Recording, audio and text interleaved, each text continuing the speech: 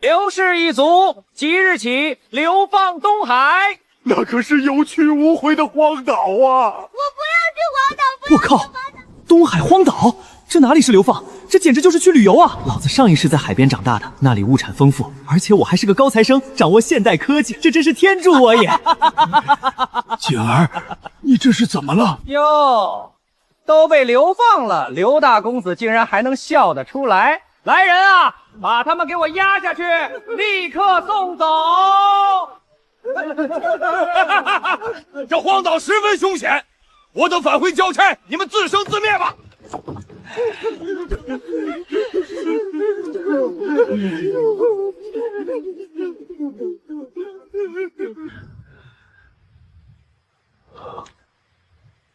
水，没有水，这岛上找遍了，连一条小溪都没有。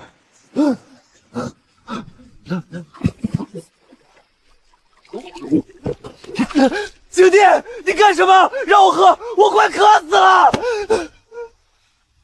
喝了这口海水，你会死得更快。景儿，这水到底为什么不能喝呀？你总得给个理由吧。海水里含有大量的盐分和复杂的矿物质，不仅不能解口，还会导致人体细胞严重脱水。你喝下去的不是救命水，而是催命符。那怎么办？往林子深处走，那是野人的地盘，不进去，我们在海滩上只能被活活渴死。放心，有我在，我不会让你们渴死的。我现在就做出淡水给你们喝。大哥，你带人去海滩那边挖最细的海沙，捡一些小碎石头回来。嫂子，你去把昨天篝火堆里烧剩下的木炭全部收集起来，砸成小块，动作要快。大伯，你带几个人去那边的竹林里砍几根最粗的竹子回来。接下来我就要用这些工具做出淡水给大家喝。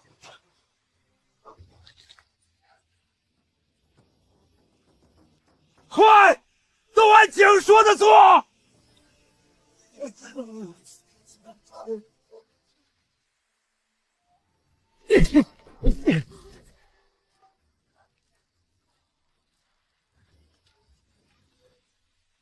接下来看我操作。看好了，最底层铺上一层干净的细沙，这叫初级过滤。中间这一层铺上砸碎的木炭，木炭内部有无数微小的孔洞，不仅能吸附水里的毒素、杂质，还能去除异味。最上层铺上这些碎石，用来阻挡大块的泥沙和树叶。接下来就是见证奇迹的时刻。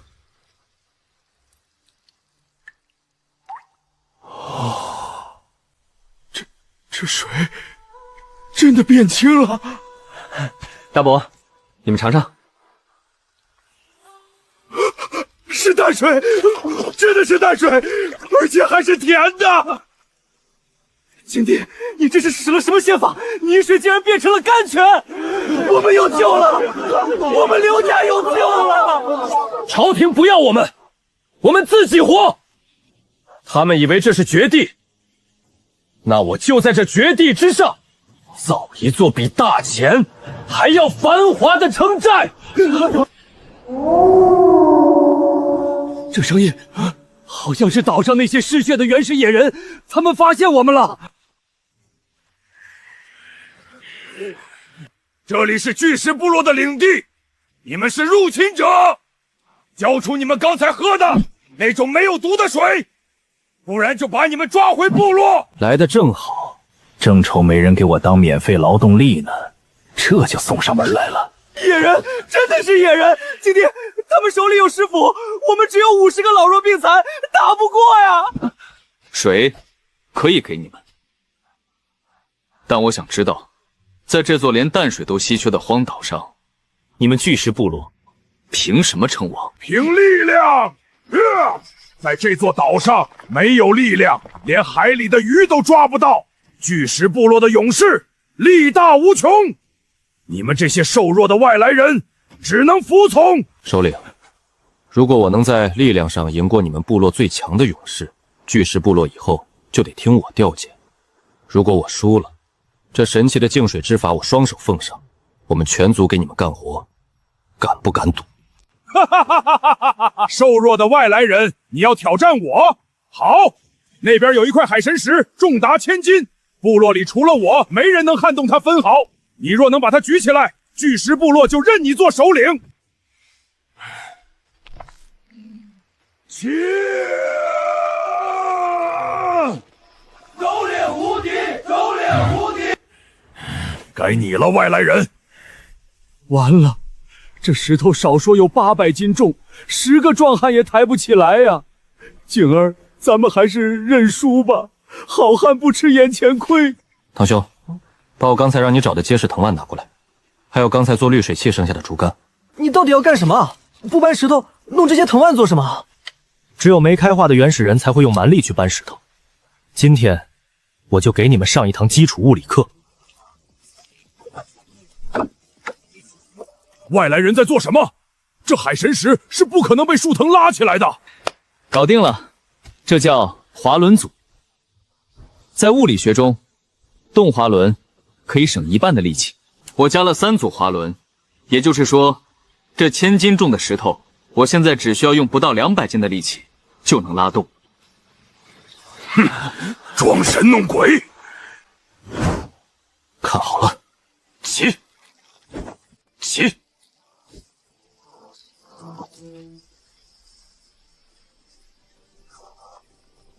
景儿单手把1000斤巨石拉到了半空中。这是什么力量？没有肌肉，没有神明附体，用一根破树绳拉起了海神石。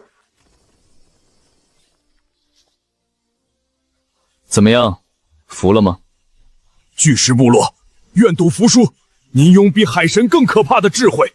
从今天起，您就是我们的大首领。把我们的神圣推车推出来，给大首领送食物。1、2，退！这蛮人果然未开化，轮子居然是方的。大首领，看，这是我们部落最伟大的发明。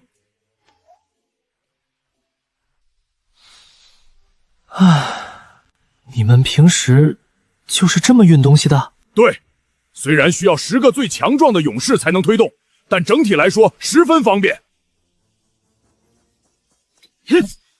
大首领，使不得！破坏形状会触怒神明的。又重又笨，也能叫方便？触怒神明！我今天就是要告诉你们，我才是这个世界上唯一的神！改造完毕，大哥，你来推推试试。我，兄弟，这车装满了东西，10个土著兄弟都推得那么费劲，我一个人怎么推得动？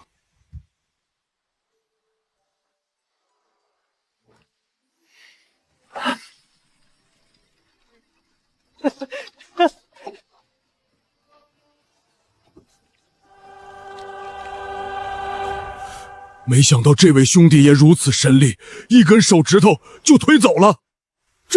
这又是什么神仙法术？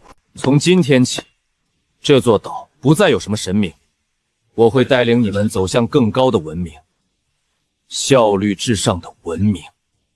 去把所有方形轮子全都给我削成圆的！大首领智慧如海，我等听您的，全都削成圆的。景儿啊，我活了大半辈子，今天算是开了眼了。咱们不仅没死，还收编了这岛上的部落，我刘家真的有救了。大伯，这才哪儿到哪儿？我说过，我要建一座比大钱还要强大的城寨。阿骨达，除了咱们部落，岛上还有其他部落吗？有，往北走，还有黑水部落和飞羽部落，他们比我们人多，岛上能吃的食物有限。大家经常为了抢海边的一点鱼虾打个你死我活。景弟，咱们现在人多了，食物成了大问题，那些野果撑不了几天。这岛上的土太差了，咱们带过来的种子根本种不出啊！地里种不出东西，那是因为岛上的土壤缺少磷和氮这2种物质。缺什么？看到那座海鸟聚集的悬崖了吗？明天，带上所有消耗元轮的推车，跟我去刮鸟粪。我要让这片荒岛进入现代化的农耕文明。景帝，你大清早让我们推着这些车，跑了10几里地，就是为了来运这些鸟粪。这东西腥臭难闻，能当饭吃还是能当兵器用啊？大首领，不是我们不信您，这鸟粪崖在我们岛上几百年了，平时大家嫌脏，连靠近都不愿意靠近。这东西真的能解决咱们的食物危机吗？这岛上常年暴雨，土壤里最核心的养分早就被雨水冲刷干净了，而这些海鸟在这里繁衍万年，它们的排泄物经过日晒雨淋风化分解，已经变成了极其罕见的天然高浓度磷酸盐矿。景帝，你说的这磷啊、盐啊的，到底有什么用？简单来说，传统种地看天吃饭，1亩地能收1车粮食就是谢天谢地。但如今，只要把这天然磷肥撒进地里，就能彻底激活这片土地的生命力，庄稼的产量瞬间翻上5倍，甚至10倍。5倍，10倍。大首领，您是说，有了这东西，我们以后再也不用为了抢树皮和死鱼去打仗了？何止是不打仗，我要让你们顿顿吃香喷喷的白米和红薯。阿骨达，带人给我装车，把所有的原型木车全部装满，一块铁筋都不要留下。景儿，地虽然翻好了，你那些鲜肥也埋进去了，可这些种子是咱们流放路上好不容易省下来的，大多都受了潮。大伯，种子受潮不怕，我已经用木炭过滤出的纯净温水进行了催芽。至于我为什么懂这么多，有机会我会跟你讲清楚的。停！都听我口令，种地不是乱挥锄头，一切都要讲究标准化。每一条龙沟宽度必须是2尺，2株作物之间间隔必须是1尺，这叫合理密植，保证每一株庄稼都能晒到充足的阳光，都能吸收到地底下的磷氮附小肥。别说，景帝这么一弄，这地看起来比咱们老家预测的良田还要整齐。这只是开始，接下来就是见证奇迹的时刻。在京城丰美的水田里都不一定能活，在这沙石地里，真的能行吗？长出来了！景帝大佛，你们快来看啊！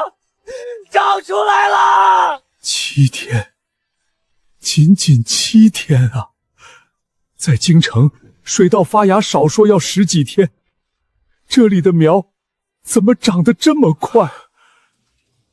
神迹，这绝对是神迹！大首领把黑木炭和臭鸟粪埋进地里，地里就长出了仙草。都淡定点儿，基本操作而已。在这热带气候下，1年3收都不是问题。从此以后，我们再也不用为粮食发愁了。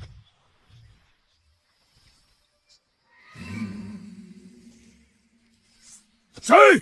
滚出来！是黑水部落的人，无土。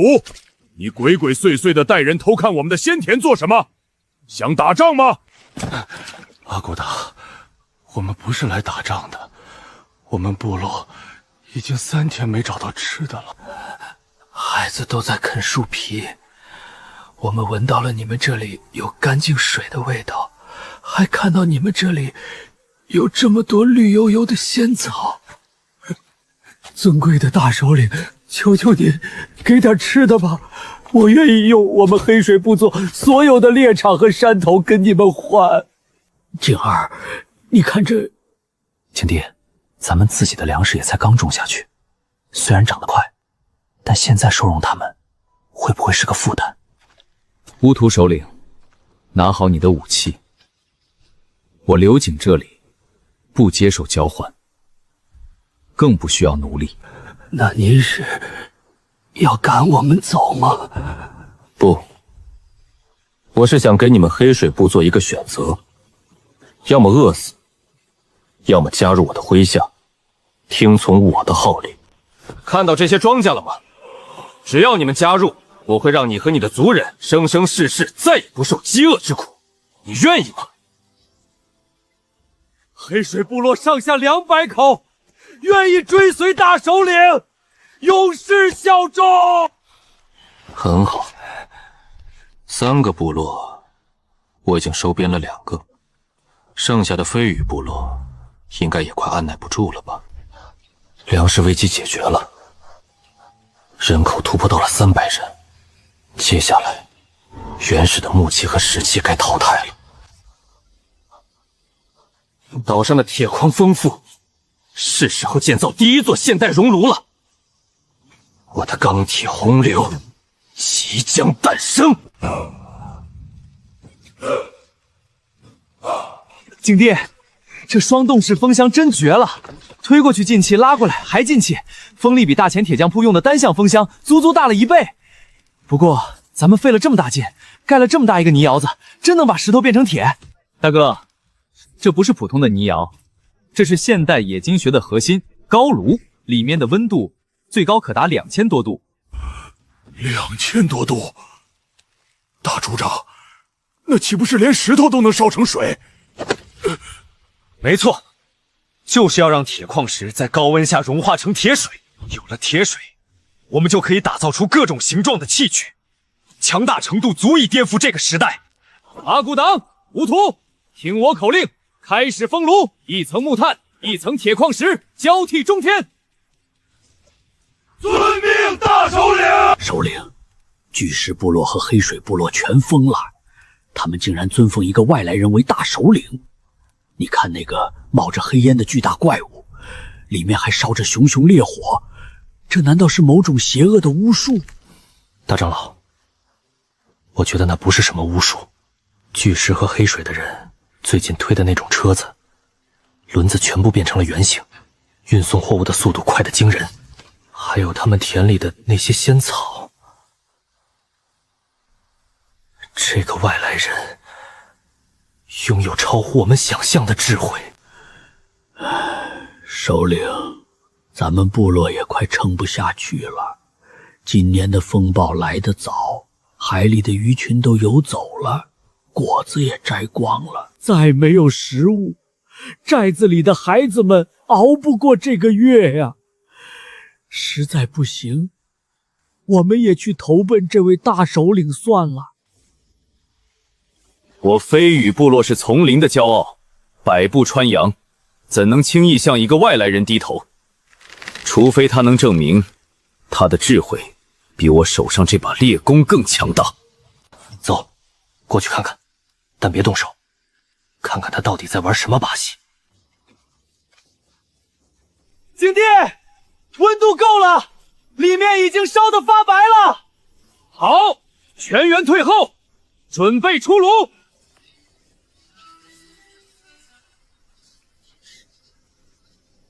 铁水，真的是铁水！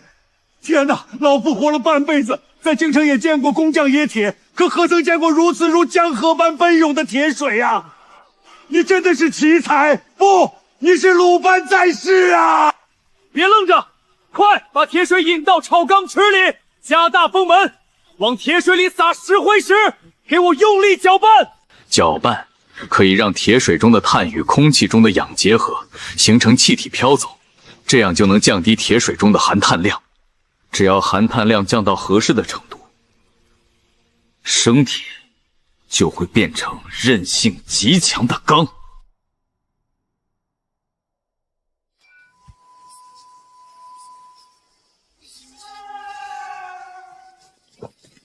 都别动！风鹰，你带人闯我们大首领的基地，你想找死吗？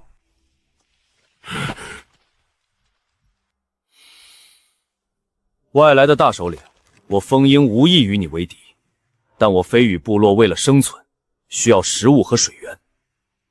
我听说你智慧如海，今天我想领教一下。你想怎么领教？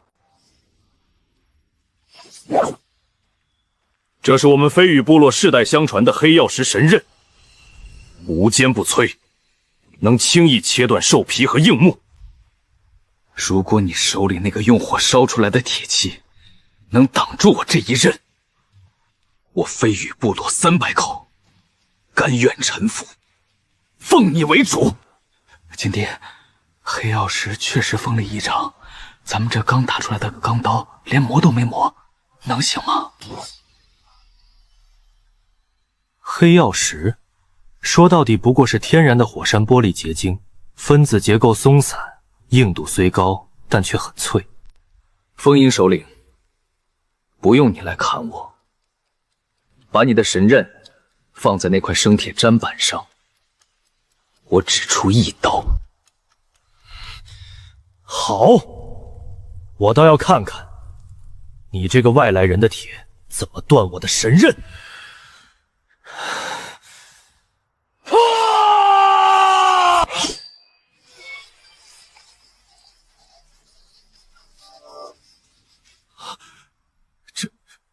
这怎么可能？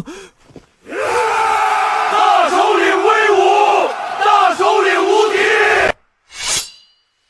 风鹰，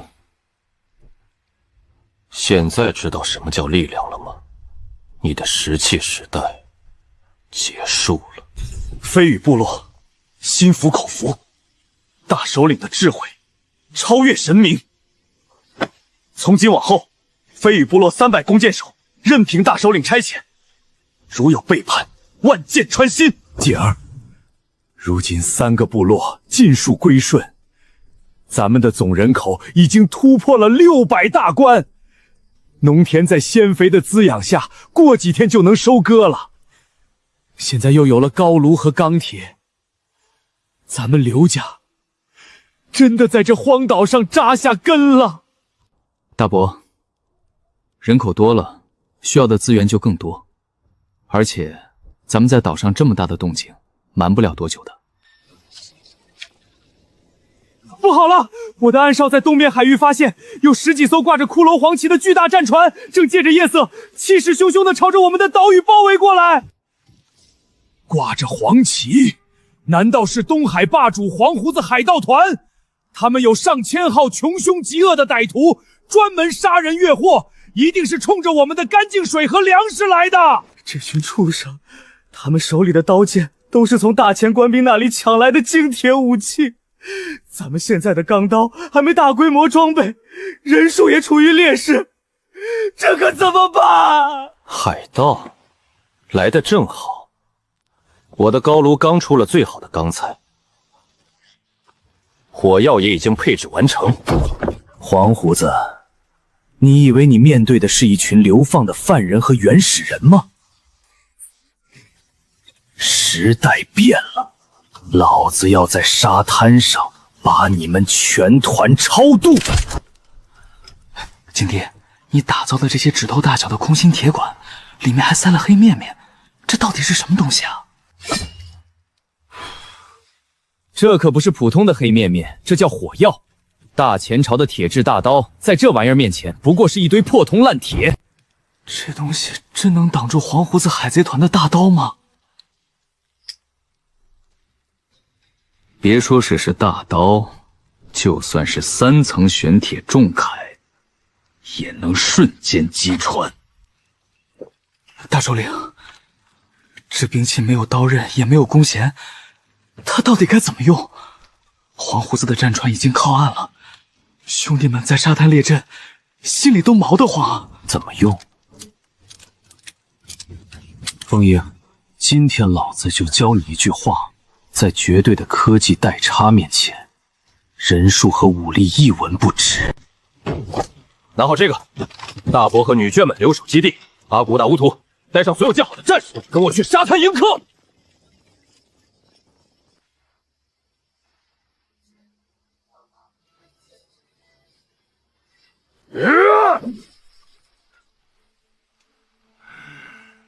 哈哈哈哈哈！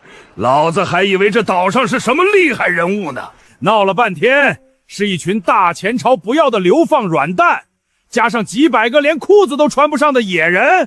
大哥，你看那主管里流出来的水，清亮无比，还有他们营子里那些绿油油的庄稼，这岛上绝对有大秘密。咱们只要把这外来小白脸抓起来，严刑逼供，这岛上的宝藏就全是咱们的了。黄胡子，少在这里放屁！这位是我们3大部落共同尊奉的大首领，你们要是识相的，立刻滚回海里去，否则大首领的神力让你们死无葬身之地！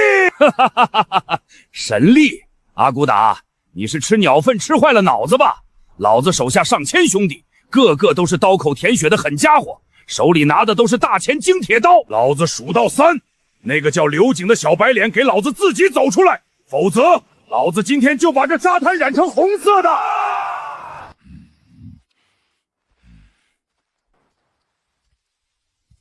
哟，大钱的小白脸儿，算你识相，跪下把净水之法和粮食交出来，老子可以考虑留你一条全尸，让你少受点罪。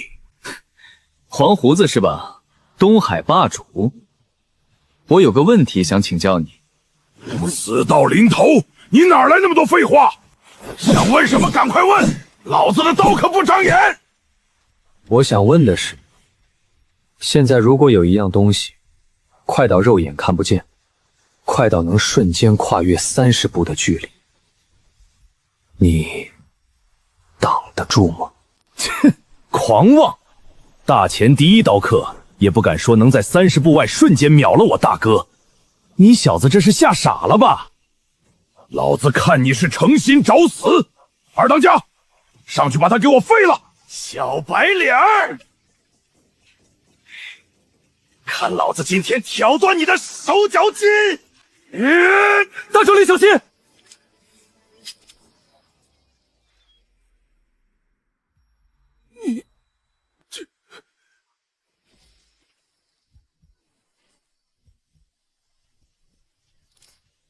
大人，时代变了。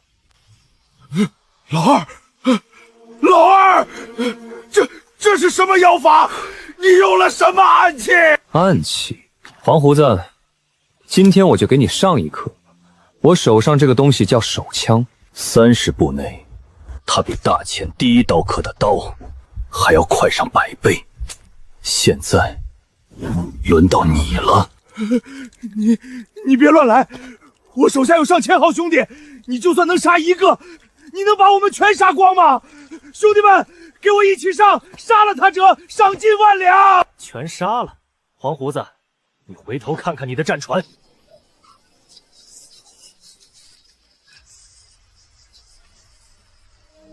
难道他真的是神明吗？快逃吧！别开火！别开火！我投降！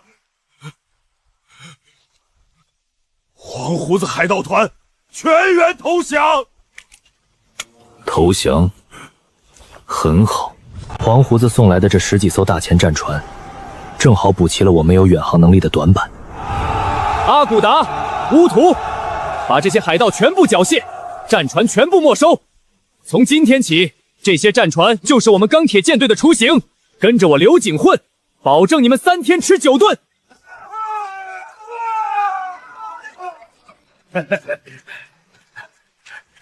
大首领，您吩咐的第3批石灰粘土混合粉已经全部在窑里煅烧完毕，兄弟们正按照您的比例往里面加水和碎石子呢。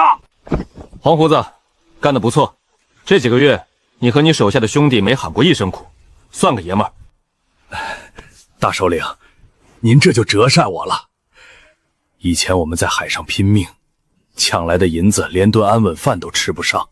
自从跟了您，天天白米饭管够，顿顿有海鲜鱼肉。更何况，您教我们的这些神技，可是前无古人的仙法啊！是啊，景儿，大前朝建城防用的是糯米汁混着3合土，费时费力不说，还容易开裂。你这个叫什么水泥的东西，简直铸成的神物啊！水泥只是基础，单纯的水泥虽然抗压，但抗拉伸的能力极差，所以我又让兄弟们把锻造好的钢筋加进了水泥里，这个就叫钢筋混凝土。用这种技术建起来的城墙和堡垒，别说是大前朝的投石车，就算是天雷劈下来，也休想伤到分毫。钢筋混凝土，大首领，有这种神物，在咱们这座城一旦建好，防御力绝对是天下第一呀！到时候那大前皇宫，在咱们眼里也就是个灯笼。防御可从来不是我的最终目的。黄胡子，跟我去一趟海边码头，看看咱们的铁甲兽打造的怎么样了。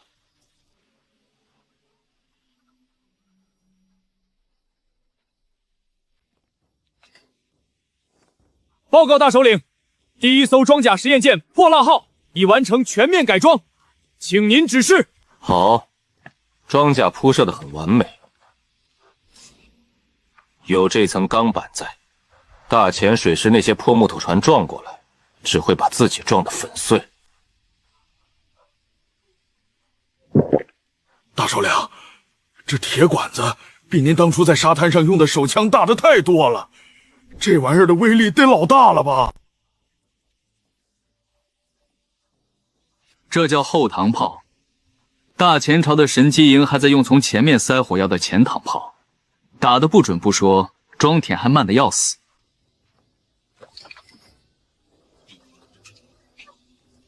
咱们这个能直接从后面装炮弹，速度那叫一个快，兄弟们也能省点力气。咱们这个射程能达到惊人的10里之外，而且精准度极高。大潜水师的战船在他面前，不过是海面上的移动火把子。景帝，你设计的那个蒸汽机真的成功了！好，钢铁装甲、现眼火炮加上蒸汽动力，跨时代的铁甲舰终于在今天诞生了！哈哈哈哈！万事俱备，现在就等那个不知死活的朝廷把脖子伸过来了。荒唐！赵雄，你身为东海水师提督，手握300艘战船、5万精锐水军，你竟然还跑过来上奏，说东海出现了一座冒着滚滚黑烟的妖岛。哼，这点小事你竟然敢来惊动朕，区区一个岛你都不能摆平，朝廷养你们是干什么吃的？皇上息怒，微臣所言句句属实啊！那座岛正是几个月前发配刘氏一族的荒岛，微臣的部下拼死逃回来禀报，说那岛上平地拔起了无数灰白色的坚硬堡垒，海湾里还停泊着不用风帆就能在水面飞驰的钢铁怪兽。我说提督大人，您这谎撒的也太没边界了。那刘氏一族50多口老弱病残，发配过去早就饿死渴死了，还什么灰白色的堡垒、钢铁怪物？依咱家看，分明是你剿匪不力，故意编造神怪之说来掩人耳目。高公公说的有理，刘氏一族绝无此等通天本领。不过东海乃朕之疆域，容不得半点装神弄鬼的叛逆。无论岛上是海盗还是什么妖魔鬼怪，哪怕是刘氏一族的鬼魂，也给朕轰成7粉。赵雄，朕再拨给你100艘战船，外加2万水军，去给朕荡平那座荒岛。微臣遵旨，必将妖岛踏平，扬我大前国威。大首领，东面的海平面上出现大片黑影，数量极多，连绵10几里，好像是大前朝的正规水师，他们挂着战旗，来者不善啊！阵势的确不小，看来大前皇帝挺看得起我刘景。大首领，敌人数量是我们的几10倍，咱们虽以逸待劳，还有火枪和铁甲兽，但毕竟只有300多正规军，这仗能赢吗？阿骨打，战争从来都不是靠比拼人头数的。在工业革命的钢铁洪流面前，2万拿着长矛和大刀的古代水军，不过是2万只会移动的活靶子。传我将令，全城进入1级战备，所有火炮进入战斗状态，填装弹药。我要把他们的木头舰队全部化为飞灰，兄弟们准备迎战！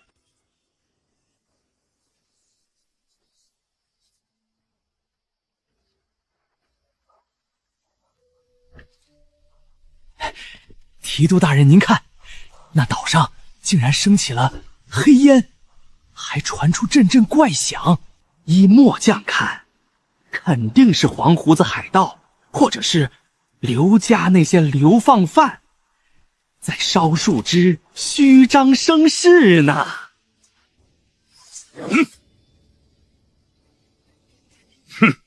那个该死的逃兵竟敢蒙骗我！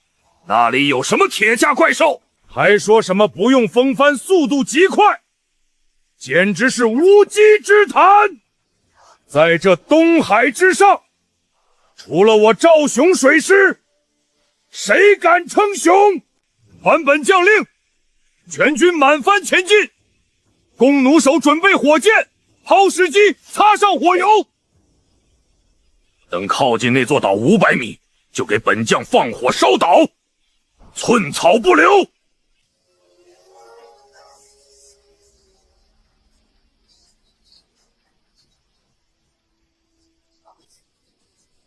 警帝，锅炉压力达到临界值，双缸整翼机全功率运转。咱们现在的速度已经突破了12节。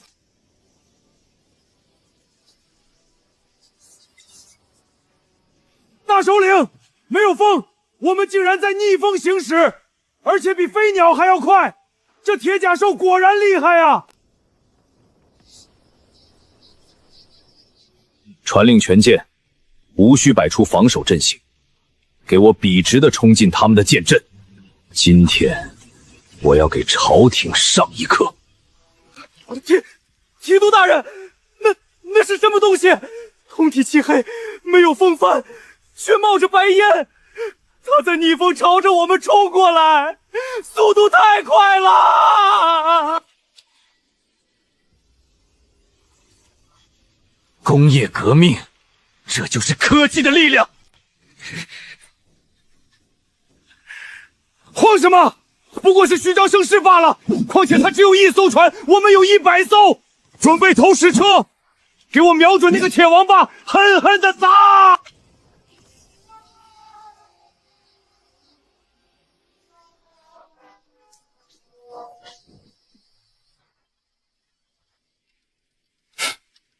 大首领说的对，这群人连射程这个最基本的概念都不懂，简直是来送死的。奉迎听令，标指1500米，主炮锁定敌军旗舰，给我狠狠的打！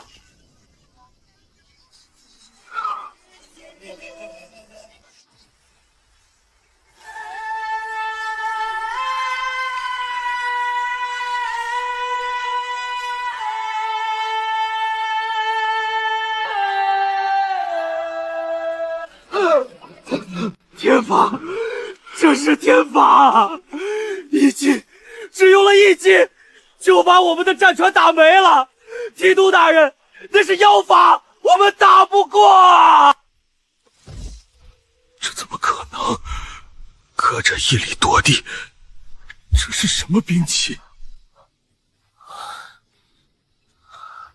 敌军阵型已乱，锅炉加压到极限，开足马力给我撞过去！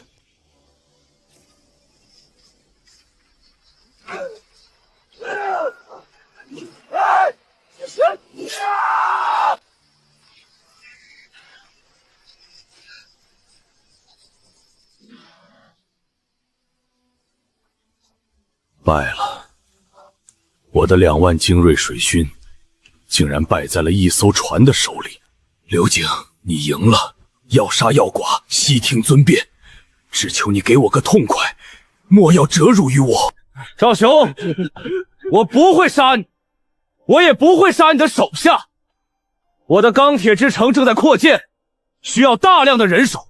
醉将赵雄，愿带2万残部效命大首领，见证新纪元。我刘景从不折辱穿护卫服装男性，那是野蛮才做的事。你们之所以败，不是败在勇气，而是败在了时代。时代？没错，木头与风帆的时代已经结束了，钢铁与蒸汽的纪元在今天由我正式开启。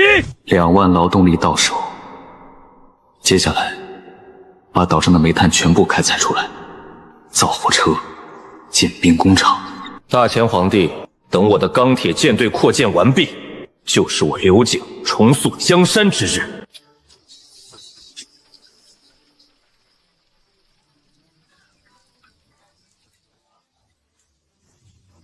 刘厂长，大首领这大半夜的把咱们叫来，对着这一堆铜线和吸铁石折腾什么呀？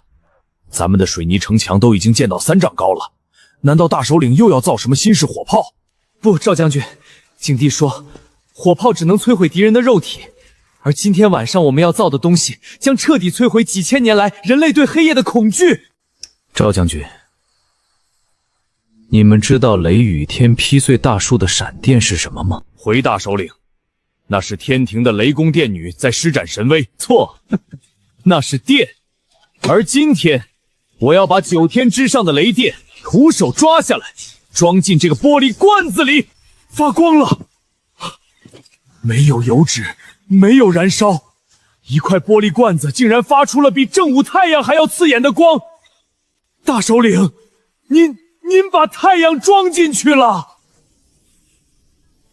成了，真的成了！这难道就是你说的电灯？没错，这是直流发电机和第一盏白炽灯。赵将军，去告诉你的2万兄弟，从今往后，我们钢铁之城的夜晚再也不需要火把了。我要让这座岛成为大前版图上唯一一座不夜之城。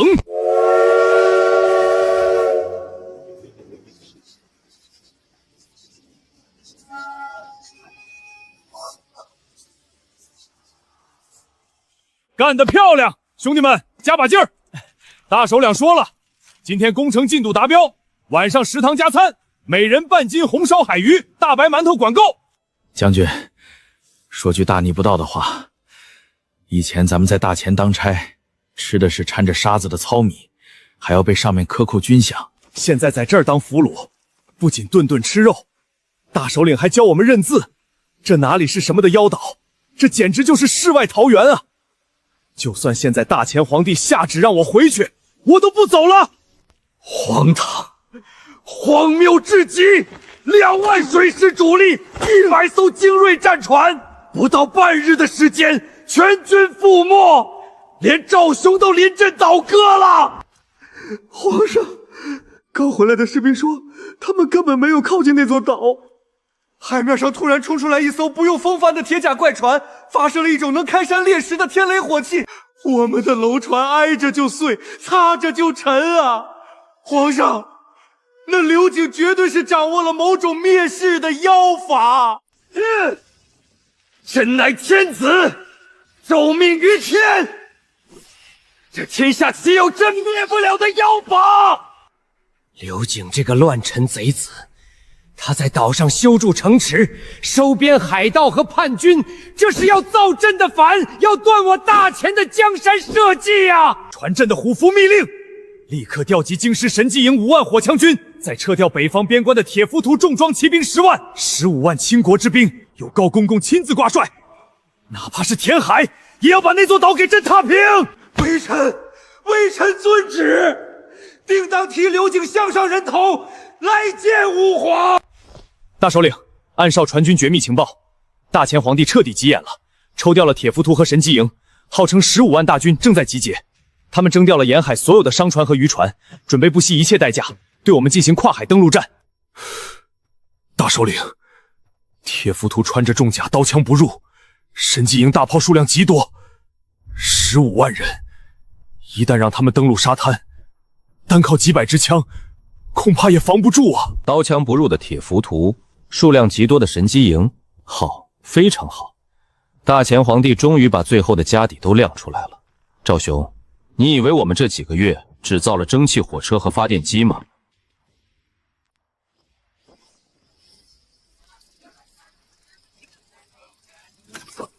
大首领，这是什么火器？为什么有6根管子？这叫加特林重机枪，神机营鸟炮1分钟最多开2枪，而这台机械怪兽1分钟可以倾泻出600发子弹。大前皇帝想玩人海战术，那我就成全他。传令兵场，依照我的图纸和样板，3班倒连夜装配，越多越好。我要那15万大前精锐，连一块砖都摸不到，全部倒在现代金属风暴的绞肉机前。大人，时代又变了。全员注意，敌军即将进入射程。这一战不仅是保卫家园，更是我们起飞的终极之战。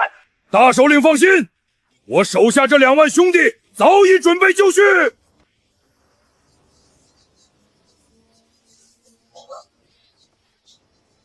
刘景，你那妖法再强，能挡得住我这15万大军吗？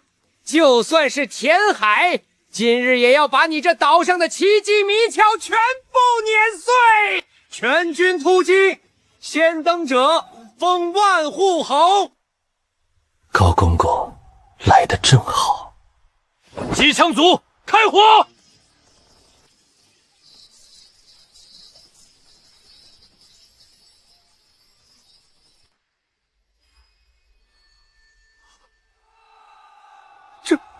这是什么？为什么他们的暗器不用停歇？这是天罚降临！快逃啊！那根本不是火枪！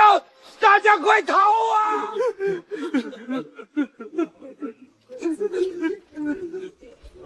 大首领，这一战彻底颠覆了我的认知。高公公，回去告诉大前皇帝，只要你们依旧闭关锁国，视科技为异端，那么大前的每一个士兵，都将是你皇权虚幻的牺牲品。15万大军，竟连一座岛都没登上去。朕的铁浮屠，朕的神机营，在那个叫刘景的人面前，竟然真的如同纸糊的一般。皇上，那不是人力所能抗衡的，那是超越了时代的神器，我们根本看不清敌人，甚至连反击的机会都没有。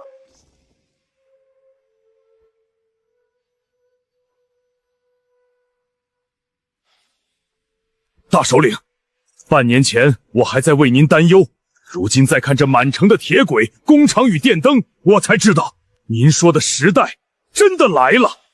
赵兄，战争不是目的，文明的演进才是。如果大乾安的皇帝能看到这些，能明白科技改变世界，也许结局会不同。接下来我们该怎么办？京城那边虽然大败，但依然固守，似乎并未放弃。他们不愿走出阴影，我们便带着光明过去，不必再用火炮去轰击京城。我们要做的是用我们的商品、我们的技术、我们的教育，去瓦解那些落后的陈规陋习。我们要让大前的百姓看到什么是真正的幸福，什么是真正的文明繁荣。大首领，京城那边传来消息，不少开明的学子已经结伴东下，想来这里学习先进的知识，看看那个传说中能点亮黑夜的奥秘。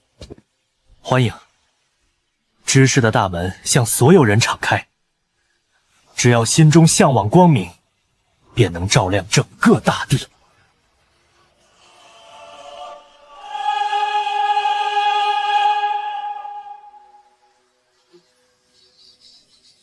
听说了吗？东方那座钢铁新城修了一条叫铁路的东西，一路扑到了咱们京城门口，说是今天有一头不用吃草，只吃煤炭的钢铁巨龙，要拉着几百万斤的货物过来。怎么没听说？咱们现在穿的这便宜又结实的布料，还有晚上点的那不用油的电灯泡，全是从东方运来的。刘大首领不仅没打咱们，还派人来教咱们种高产的良种，这哪里是反贼，这简直是活菩萨降世啊！各位乡亲，大前的乡亲们，由大首领刘景亲自设计的复兴号重型蒸汽火车，历经3年，跨越千山万水，准时抵达京城。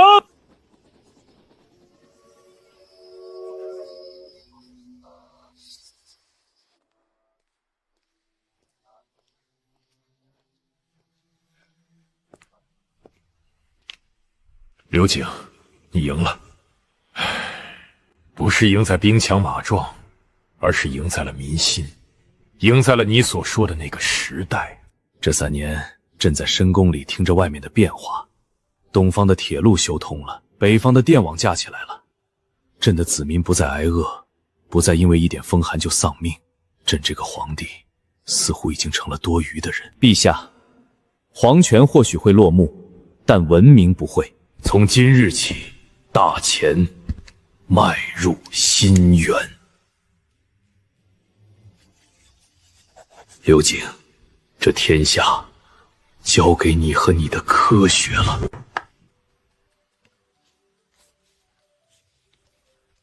同学们，曾经我们认为天狗食月是天罚，雷霆暴雨是神怒，但现在我们知道了行星的运行轨迹，我们懂得了电磁感应的原理，科技才是人类在这个宇宙中立足的根本。我们要造出能在天上飞的机器，我们要让轮船跨越最宽阔的4大洋，我们要让疾病不再痛苦，我们要让大前的每寸土地都沐浴在工业与理性的光辉之下。